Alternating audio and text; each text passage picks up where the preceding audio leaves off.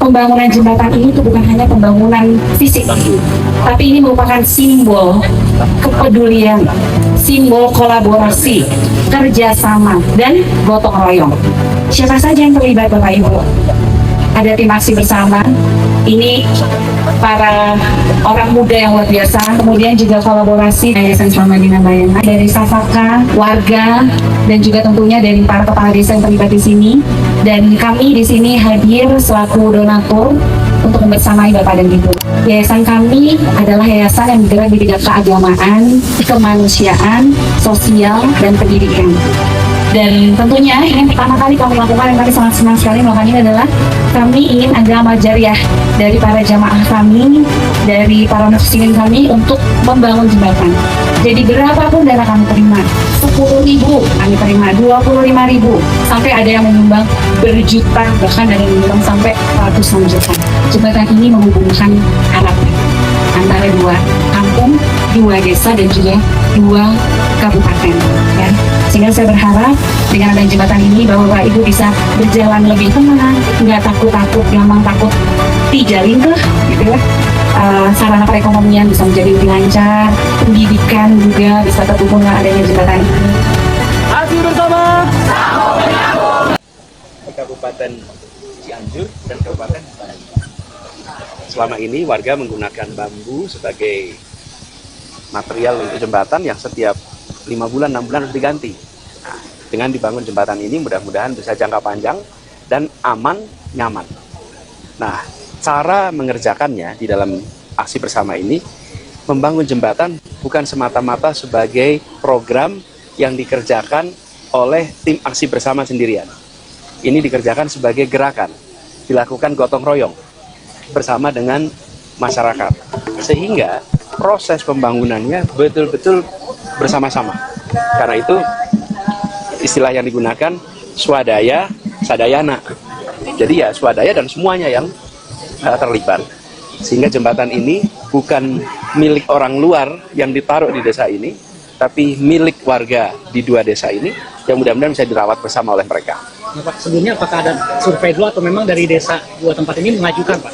Ya, prosesnya di banyak tempat itu selalu aspirasi kebutuhan yang kemudian sampai kepada teman-teman, lalu teman-teman aksi bersama melakukan kunjungan, observasi bersama-sama dengan warga, baru kemudian diputuskan untuk pembangunannya.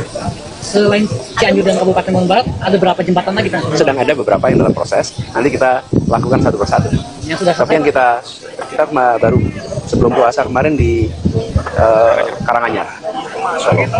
Jadi kita berharap pola ini bisa dikerjakan di banyak tempat. Pola apa sih? Pola gotong royong.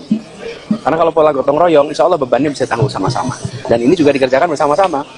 Aksi bersama dengan warga. Lalu aksi bersama juga mengundang Yayasan Islam Madinah ikut terlibat, mengumpulkan fundraising sehingga ada pendanaannya. Warga di sini juga ikut mengumpulkan materialnya, makannya, prosesnya. Jadi iurannya itu iuran semua pihak. Sudah saat langsung mengajarkan masyarakat untuk bersama-sama merawat dan juga membangun. Sekaligus mengajarkan kepada pemerintah kalau mengerjakan program bersama-sama dengan warga. Pendekatannya gerakan, jangan sampai kita selalu mengerjakan sendirian, warganya nonton aja. Kalau nonton aja program warga nggak terlibat.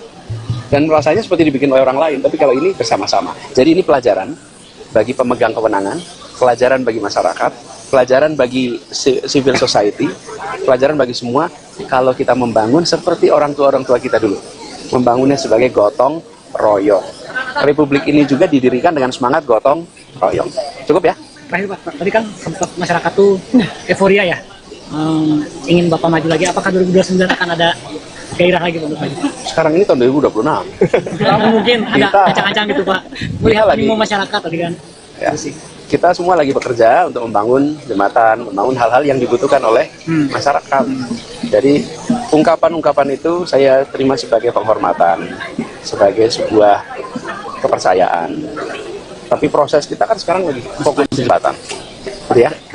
Tadi kan saya langsung tadi kan aparat desa juga mengeluhkan, Pak desa, ada PJ juga terkait dengan mereka saat ini tidak bisa membangun infrastruktur karena ada efisiensi anggaran dari pusat kan gitu. Nah, karena mungkin ada beberapa program yang lain lah kan akhirnya digeser ke sana gitu. Menurut Bapak itu gimana? Ya, sebenarnya kalau yang namanya program pembangunan itu harus selalu pendekatannya sesuai kebutuhan. Sehingga jangan top down, tapi bottom up. Butuhnya apa, itu yang dibangun. Kenapa? Indonesia beda-beda. Di kawasan pesisir beda dengan pegunungan. Ya. Kemudian kawasan perkotaan beda dengan pedesaan. Pedesaan juga beda-beda. Ada pedesaan yang kawasan pertanian, ada desa kawasan perkebunan. Jadi Indonesia yang raya ini itu harus didekati dengan pendekatan yang bottom up, yang memberikan ruang untuk program beragam agar menyelesaikan masalah yang beragam. Kalau masalahnya seragam, ya solusinya seragam. Tapi kan masalahnya beragam, masa solusinya seragam? Balik lagi ke yang tadi Pak, yang melibatkan masyarakat. Tentu. Jadi pendekatannya harus begitu. Tapi kalau seragam dari pusat, sementara masalahnya beragam, ya tinggal menunggu aja masalah. Pasti akan ada yang tidak sesuai, gitu ya? Terima kasih Pak. Yuk. Dari mana teman-teman? Dari ada Cianjur Pak. Dulu terakhir kampanye. Halo teman, jumpa bersama saya di Politik Dani ya. Ini menarik sekali teman-teman.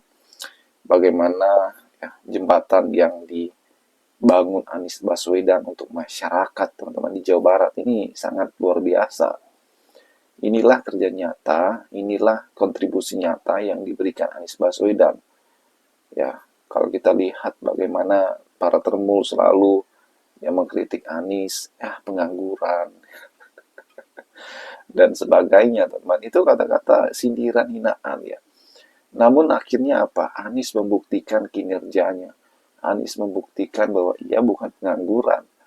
Ia adalah seorang oposisi yang berkontribusi untuk masyarakat, untuk bangsa dan negara di luar pemerintahan. Ini kan sebuah hal yang terjadi, teman-teman, yang orang lain tidak tahu. Ya. Dan Anies membangun jembatan untuk masyarakat ini tidak mudah, teman-teman. Bagaimana kerja keras Anies dan relawan ya membangun ini, ya. Bagaimana para donatur, bagaimana kerjasama para relawan, tim, ini tidak mudah, ya. Melibatkan semua bidang ilmu, ya kan? Terutama ilmu arsitek, kemudian ilmu teknik sipil dan sebagainya, teman. Dan ada orang-orang yang membantu, dan ini adalah gerakan Anies Baswedan. Jadi tidak heran ya, karena konsep dari Anies ini sangat luar biasa, teman-teman. Dan kalau kita melihat ya, dengan modal 25% suara di Pilpres 2024 yang lalu ya, itu mengantarkan Anies menjadi tokoh yang sangat diidolakan. Dan kita yakin 2029 ini ya Anies Baswedan akan menjadi tokoh yang luar biasa lagi, teman-teman. Kenapa lah? Karena kalau kita melihat Anies itu bukan satu-satunya tokoh yang hampir menyaingi popularitas Prabowo sebagai presiden. Ya. Dan itu kan modal terbesar bagi Anies Baswedan untuk maju. Dan waktu ini masih 2,5 tahun atau 3 tahun lagi, dan ini waktu yang sangat cukup ya, untuk Anies terus mencuri hati masyarakat, teman-teman, mengambil hati masyarakat. Tinggal bagaimana Anies betul-betul mengambil wakil yang pas ya. Saya yakin Anies akan menang, teman-teman. Ini luar biasa. Dan kalau kita melihat ya, siapa lagi kalau bukan AHY yang sangat cocok untuk dampingi Anies. Bagaimana menurut kalian? Kita diskusi di kolom komentar ya. Sampai jumpa lagi. Salam.